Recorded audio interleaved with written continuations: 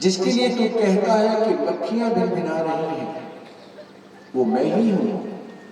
तेरे अंदर जो रस है वो मेरा है। अगर मेरे रस को तेरे से निकाल दिया जाएगा ना तो गुल्ला का गुल्ला रह जाएगा, रस समाप्त। तो ये परमात्मा की कृति है। उसका दिया हुआ यदि इसको निकाल दिया जाए इससे तो गुल्ला का गुल्ला रह जाएगा, रस समाप्त हो जाएगा। इसलिए उद्धवादि गाते हैं, देवर्षि खुद बताते हैं कि नाथ हैं त्रिलोकी के और ठाना क्या रे बाबरे।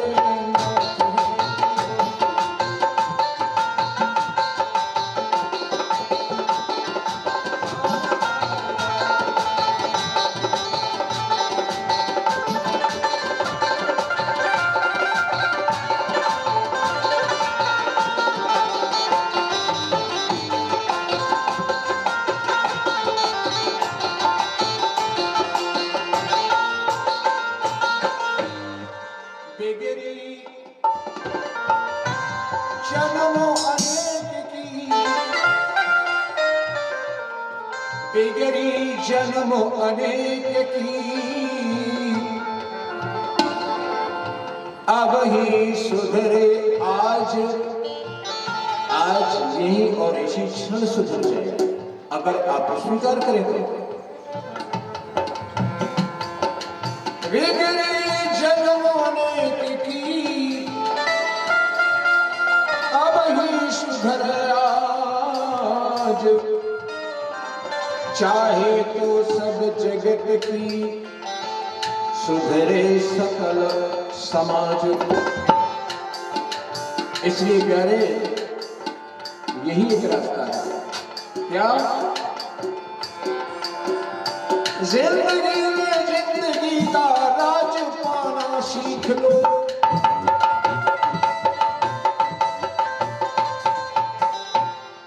अब तुम कहोगे कि हमें जानते नहीं, तो नहीं जानते तो जिस स्कूल में शिक्षा दी जाती हो वहां चले जाओ। जिंदगी में जिंदगी का राज पाना सीख लो। जिंदगी में जिंदगी का राज पाना सीख लो और जिंदगी में जिंदगी को आजमाना सीख लो। जिंदगी में जिंदगी का मुस्कुराना सीख लो। जिंदगी में जिंदगी से भाग जाना सीख लो।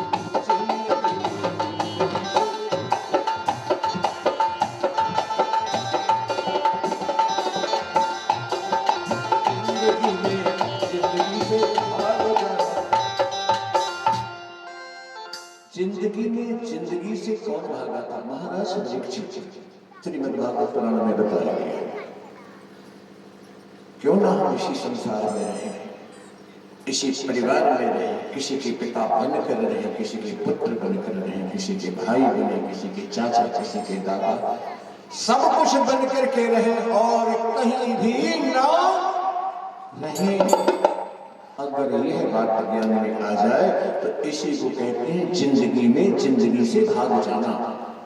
हम अपनी जिंदगी में ही जिंदगी से निकल गए, हम अपनी जिंदगी में ही संसार से निकल गए, हम अपनी जिंदगी में ही परिवार से निकल गए, हम अपनी जिंदगी में ही व्यापार से निकल गए, हम अपनी जिंदगी में ही रिश्तेदार से निकल गए।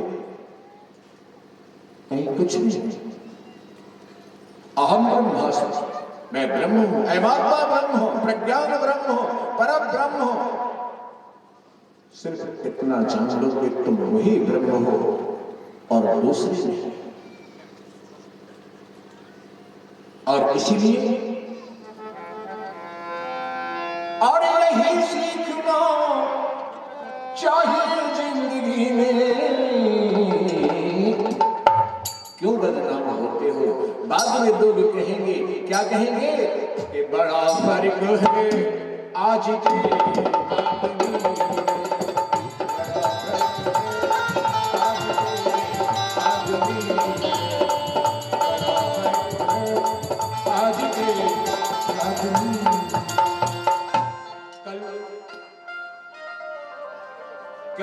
कथा यजमान तो सुन ही रहे हैं और बहुत सारे लोगों ने सुना। अब हमें याद नहीं आ रहा कि कल कहां तक कथा हुई थी, आगे कहां से करना है ये बात समझ में नहीं आ रही, भ्रमित हैं हम। कल के श्रोता अगर यह बात बता देगी कल कथा कहां तक हुई थी तो हम वहां से प्रारंभ करेंगे।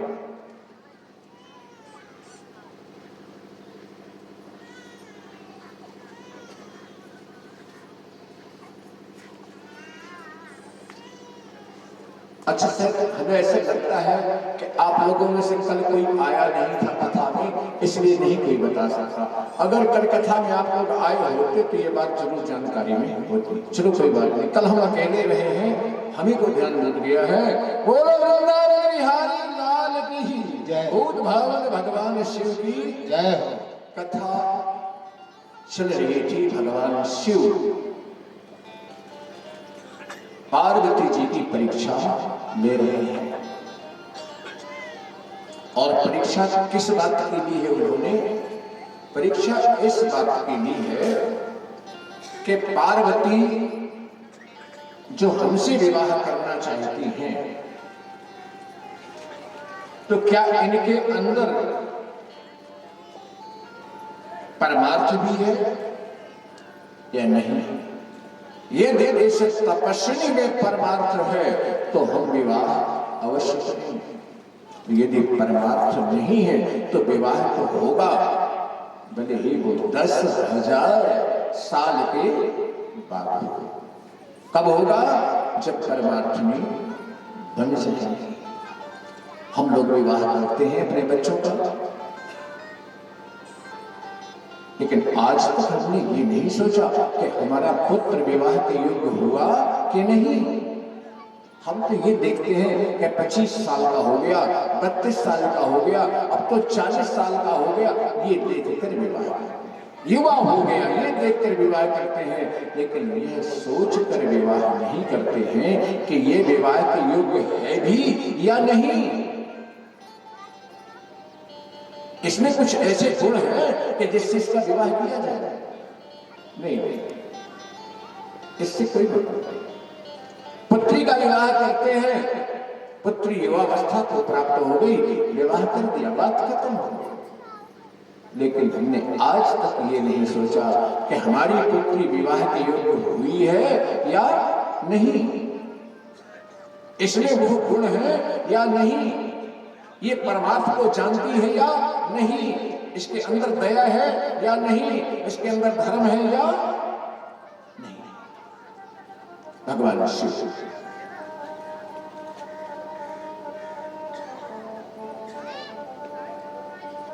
जब उस सरोवर में भगवान शिव एक ब्रह्मचारी के रूप में डूब रहे हैं, बचाने के लिए पार्वती जी की सखियां जाती हैं, लेकिन उन्होंने इनकार कर दिया और ये कहा कि नारी ना ही स्पर्श करे, हमें कोई नारी स्पर्श न करे, हम भले ही डूब जाएं। तब उन सहचरियों ने कहा, हे ब्रह्मचारी, नर नाही यहां कोई नर नहीं है, सब नारी विचारी, यहां केवल नारियां ही हैं। हम 16 सेविका है महादेवी पार्वती की, यहां कोई पुरुष नहीं है, आपकी रक्षा कौन करेगा? तब उस ब्रह्मचारी ने कहा कि जातन को नर नाही छुयो, जिसके शरीर को किसी पुरुष ने ना छुआ वह नारी ही बचा सकती है। जातन को नर नाही छुयो, सो गहे वो आन के बाह हमारी, नहीं नारी छुयो,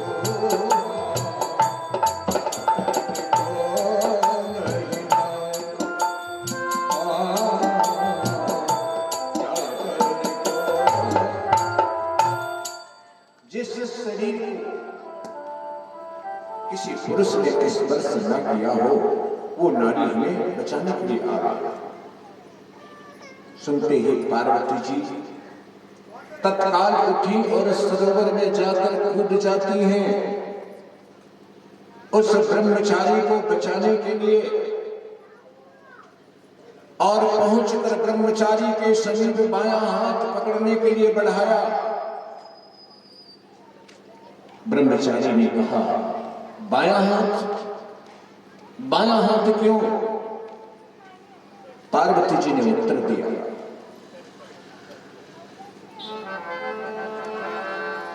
के वर्ष सहस्त्रों तप कियो,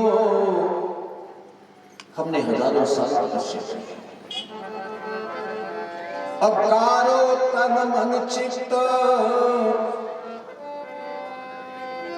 दान कर अर्पण कियो, श्रीपति देव निमित्त।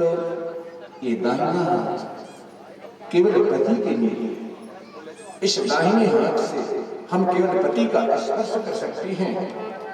तो ब्रह्मचारी जल में कलमलाते हुए डूबने लगा और कहा, घृणित शब्दों में कहा, छी छी मत छूना गात मेरा, कल से यह काम कुमारी का, दे बाम हाथ की टेक करे, अपमान एक ब्रह्मचारी का। ये बायां हाथ, इसका स्पर्श करा के मेरे शरीर में मेरा अपमान कर रही हो। अब तो पार्वती जी घबरा गए कि बायां हाथ से ये अपने आप को निकालने नहीं देता, और दाहिना हाथ स्वार्थ और परमार्थ की कैंची की दो बातों में फंस गई। सोच में पड़ गई कि यदि इसकी रक्षा नहीं किया तो परमार्थ जा रहा है, दायां हाथ देती हूं तो स्वार्थ जा रहा है, फिर पति देव मुझे ग्रहण नहीं करेंगे। अचानक उसी समय आकाश में प्रकाश हुआ। पार्वती जी ने देखा कि भगवान शिव जी बैठे हैं और उनके सर पर गंगा जी बड़े वेग से बह रही हैं। फिर अचानक दृश्य बदला तो देखा कि शिव जी नेत्र बंद किए हलाहल विष का पान कर रहे हैं। उसी क्षण आकाशवाणी होती है, भगवान शिव जी ने गंगा को इसलिए धारण नहीं किया कि वो पवित्र है, हलाहल विष इसलिए नहीं पिया कि वो स्वादिष्ट या मीठा था। देखिए आकाशवाणी कितने रहस्यमयी शब्दों का प्रयोग होता है। गंगा धृता न भविता शिव पावनीत, न स्वादितो मधुरः कालकूट। कालकूट नाम का जहर इतना स्वादिष्ट नहीं था कि इसका स्वाद प्राप्त करने के लिए भगवान शिव ने किया हो। त्रैलोक रक्षण बताम भवताम दयालु, अपितु त्रैलोक की रक्षा के निमित्त करवद्वय कलित में तदन्निषाध्यम, दूसरों की रक्षा के हितार्थ ही दोनों कार्य किए जिसे कोई कर नहीं सकता। अब तत्काल ही इन शब्दों का संकेत समझकर पार्वती जी ने विचार किया, निश्चय किया, हो गई सजल दोनों आंखें,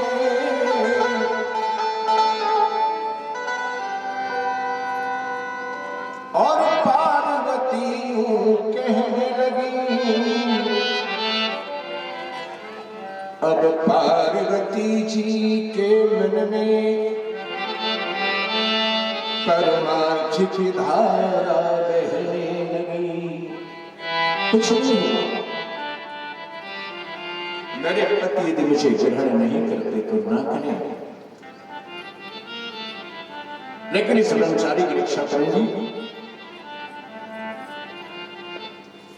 शीश पर ईश सहो गंग को महान वेग, शीश पर ईश धरो गंग को महान वेग, और कीनो गरल पान वही कार्य अब करूंगी मैं, करके स्पर्श करत तप को है निकट काल, बाल ब्रह्मचारी तेरी विपत्ति हरूंगी मैं। और दाहिने हाथ से उस ब्रह्मचारी को पकड़ लिया, खींच लिया, खींच कर जब पार ले आती है, बाहर निकाल कर लाई, ब्रह्मचारी अपने हाथ पैर संभालने लगा। पार्वती जी ने सखियों से कहा, अब देर मत करो, अतिशीघ्र लकड़ियों की व्यवस्था करो, क्योंकि ये शरीर अब मेरे पति के काम का नहीं है। मैंने पर पुरुष को स्पर्श कर दिया है, मैं चिता में अपने शरीर का त्याग करूंगी। कृष्ण विनीत, साधना करते करते शरीर कमजोर हो गया, कह रही है कृष्ण विनीत, या श्रम से मरूंगी अवश्य, नहीं तो लकड़ियां चुन चिता में जरूंगी मैं। पति के निमित्त जन्म लेकर विचार किया, 4000 वर्ष पुनः फिर से तप करूंगी मैं। इस शरीर को नष्ट करके फिर मेरा जन्म होगा, तब मैं पुनः 4000 वर्ष तक साधना करके फिर से अपने पति को प्राप्त करूंगी। विचित्र आकर्षण था उस ब्रह्मचारी में। बाहर निकलते निकलते न जाने कितने चक्कर एक दूसरे के लग गए। वो ब्रह्मचारी पार्वती जी के आसपास घूम रहा था तो पार्वती जी भी घूम रही थी। इस प्रकार निकाल पाई वो। सहचरियों को आदेश दिया कि शीघ्र चिता तैयार करो। शरीर थर-थर कांप रहा है। ब्रह्मचारी ने कहा, काह कुमारी करत हो, कारण मोहि सुनाओ। क्या करने जा रही हो, मुझे बताओ। तब पार्वती जी ने कहा कि जो हम करें सो करन दो, तुम अपने घर जाओ। आप तो जाइए ब्रह्मचारी जी। चिंतित चुनती चिता कांपती, थर थर थर थर सखियों। चिता बनने लगी, लकड़ियां आ रही हैं। रुदन करे बहुभांति शोक से आंसू भर भर अखियां, कि जिसकी